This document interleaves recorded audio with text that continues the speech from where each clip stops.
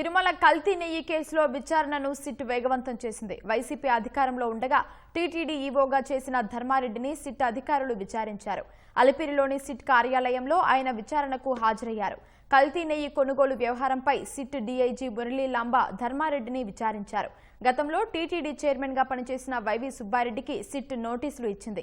ఈ నెల 13న విచారణకు హాజరు కావాలని నోటీసుల్లో పేర్కొంది.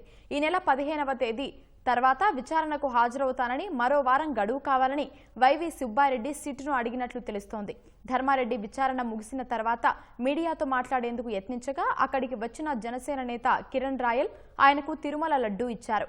లడ్డూను తీసుకునేందుకు ధర్మారెడ్డి నిరాకరించారని కిరణ్ రాయల్ ఆరోపించారు.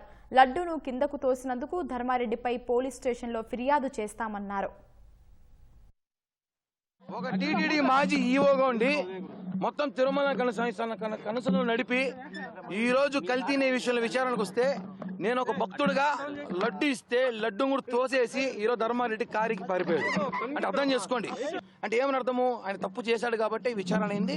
ఆయన ఈ రోజు ఈ లడ్డును చూడగానే ఆయన పారిపోయాడంటే దీని వెనకాల ఏదో ఉంది. నేను తీసుకుంటే తిరుమల ప్రసాదం సార్, సాక్షాత్ మీ మంత్రి గారే లడ్డు బాగుందని చెప్పారు, టేస్ట్ చేయండి సార్ అని తెస్తే ఆ లడ్డుని ముఖాన్ని ఇసిరిగొట్టి ఆయన కింద పడేసి వెళ్ళిపోయాడు. వెంకటేశ్వర స్వామి ప్రసాదాన్ని ధర్మారెడ్డి అవమానించాడని ఖచ్చితంగా చెప్పగలను. దీని మీద ఖచ్చితంగా మరొక పిటిషన్ కూడా అయిపోతున్నాయి కోర్టు ధర్మారెడ్డి మీద అని చెప్పి కూడా తెలియజేస్తున్నా. వెంకటేశ్వర స్వామి లడ్డు కూడా తీసుకోలేనంత స్థితిలో ఉన్నామంటే 5 ఏళ్ళు ఎలా పరిపాలించావు? గతంలో ఒక 9 ఏళ్ళు అంటే నువ్వు అన్ని కూడా డ్రామాలు ఆడావని చెప్పి కూడా నేను అంటున్నాను సార్. 100% కల్తీ జరిగింది. మీరు చూస్తుండండి, ఖచ్చితంగా ధర్మారెడ్డి అంటే బ్యాచ్ అందరూ జైలుకు పోతారని చెప్పి కూడా తెలియజేస్తున్నా.